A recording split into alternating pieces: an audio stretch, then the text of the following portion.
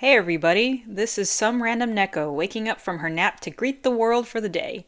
And by greet, I mean sit at my computer for an embarrassingly long time trying to figure out what exactly my first review video would be on.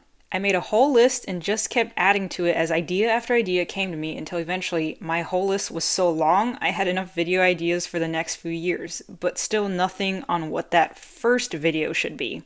Eventually, I decided to go, fork it, threw out the list, and started randomly scrolling through Crunchyroll until I landed on the subject of this review video, the special episode Fate Grand Order First Order.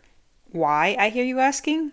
Well, why not? And also because it's good to start things off as simply as possible and set expectations right out the gate so you all know to place the bar on the floor and watch as I do my best not to trip while clearing it.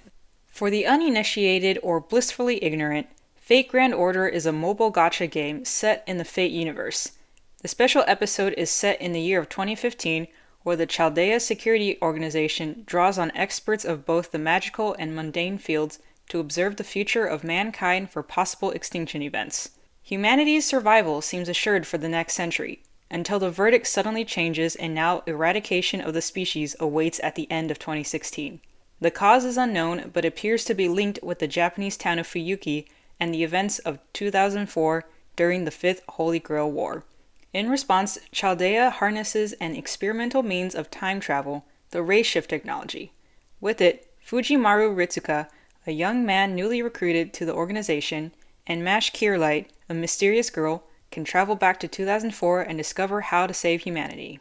Dramatic summary aside, Fate Grand Order First Order is basically the entire prologue and Singularity F storyline of the mobile game reconfigured from a few hours of visual light novel and gameplay into a condensed 72-minute animated special episode. Why did they make it into a special episode instead of adding an extra 18 minutes to make it a movie? I don't know, but it definitely wouldn't have hurt to add those extra minutes if I'm being honest. Anyways, we spend some time being introduced to Chaldea where we follow the main cast and some important figures before getting thrown into the inciting incident that kicks everything off and lands us in a setting those of us who've delved into Fate in any way are familiar with.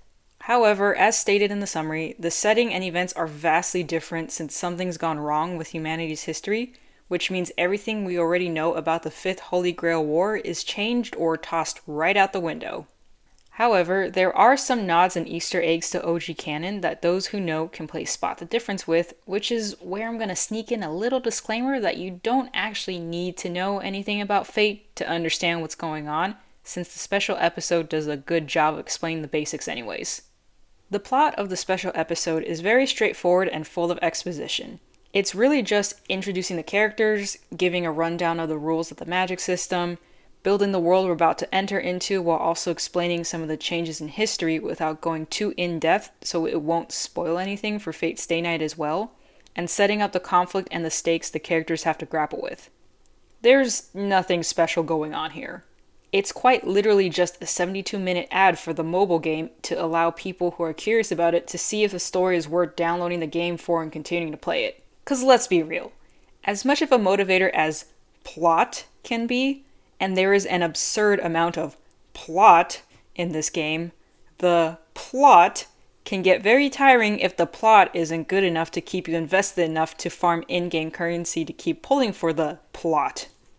This special episode serves as a good way to gauge your interest in the story and characters of FGO and see if it intrigues you enough to suffer through the gameplay to see the story through to its end. Speaking of characters, you get to meet the ones that make up our main cast or play an important role in the story. Ritsuka Fujimaru is our main hero, and they use the male model for this because apparently only the male model can be in animation projects that have a serious tone, while the female model must be regulated to parodies like Fate Grand Carnival.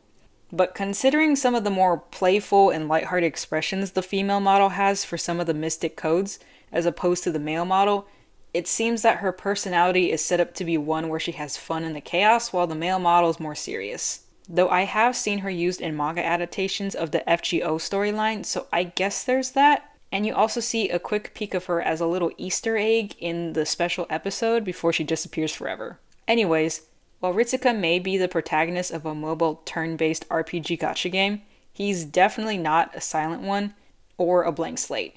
Though it can be up for debate if he counts as a black-haired harem protagonist despite having an actual personality as opposed to being as interesting as a piece of cardboard. Mash is our main heroine and deuteragonist, and she is a very adorable character who is very naive to the ways of the world, but there's a reasonable explanation for that which only adds to your desire to root for her to achieve her dream of seeing a blue sky. She's also got that must protect energy to her, which is ironic considering what happens later on.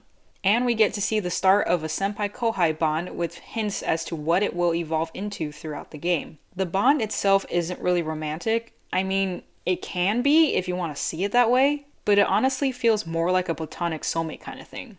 Dr. Romani is just there as the guy in the chair, but he is an important character, I promise. Olga Marie is basically Rin with a chip on her shoulder who serves as the required tsundere character that always seems to be needed now, but she still ends up being someone you empathize with and sympathize for. Lev is there in the beginning and the end, and I'm not gonna say any more on that because I don't want to spoil anything. And then we have the star of the show, Fo. Fo is small. Fo is cute. Fo looks so cuddly I want my own Fo. Every time Fo appears, my intention can't help but go to Fo because it's Fo. Enough said. Animation-wise, this could be better. It's surprisingly not animated by Ufotable, which explains the meh battle sequences that are simple at some points and slow-moving at others for some reason that I can't tell if it's them trying to be creative with the cinematography or having to allocate their budget wisely. The animation is clean and aesthetically pleasing though, so it's got that going for it.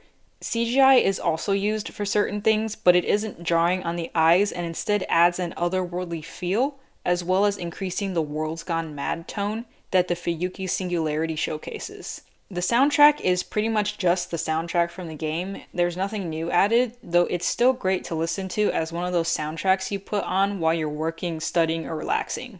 Overall, Fate Grand Order First Order is a solid not movie. There's nothing special about it, and it doesn't break any new ground, but it's also not bad. You get exactly what's advertised, which is just an animated version of the Fate Grand Order Prologue and Singularity F. The story doesn't deviate or add anything new. However, since it is a heavily condensed version, there is a lot missing in terms of dialogue and context, but not enough is missing that you won't be able to understand what's going on. Again, this is mainly just a special episode for exposition, world building, setting up the stakes for the rest of this plotline, and establishing the characters we'll be following in the game. As a longtime player of the mobile game, it's really nice to see the game's story animated for a broader audience, and also not have to go back and read through tons of dialogue in the game just to experience the story again. All in all, Fate Grand Order First Order gets a grade of C+. It exists, it's watchable, and it's exactly as advertised. Nothing more, nothing less. I hope you guys enjoyed this video. Reminder that this is just my opinion, so you can take it with as many grains of salt as you want. I don't mind either way, and would love to know your thoughts in the comment section down below. Please like, subscribe, and comment which anime you'd like me to give my 2 cents about next. And no, you don't need to tell me to do a review on Fate Grand Order Babylonia, because I definitely plan to do that sometime in the near future. Probably after I finish playing Lost Belt 7. So please look forward to it. This is some random Neko going off to take a nap now. Don't forget to keep calm and just meow.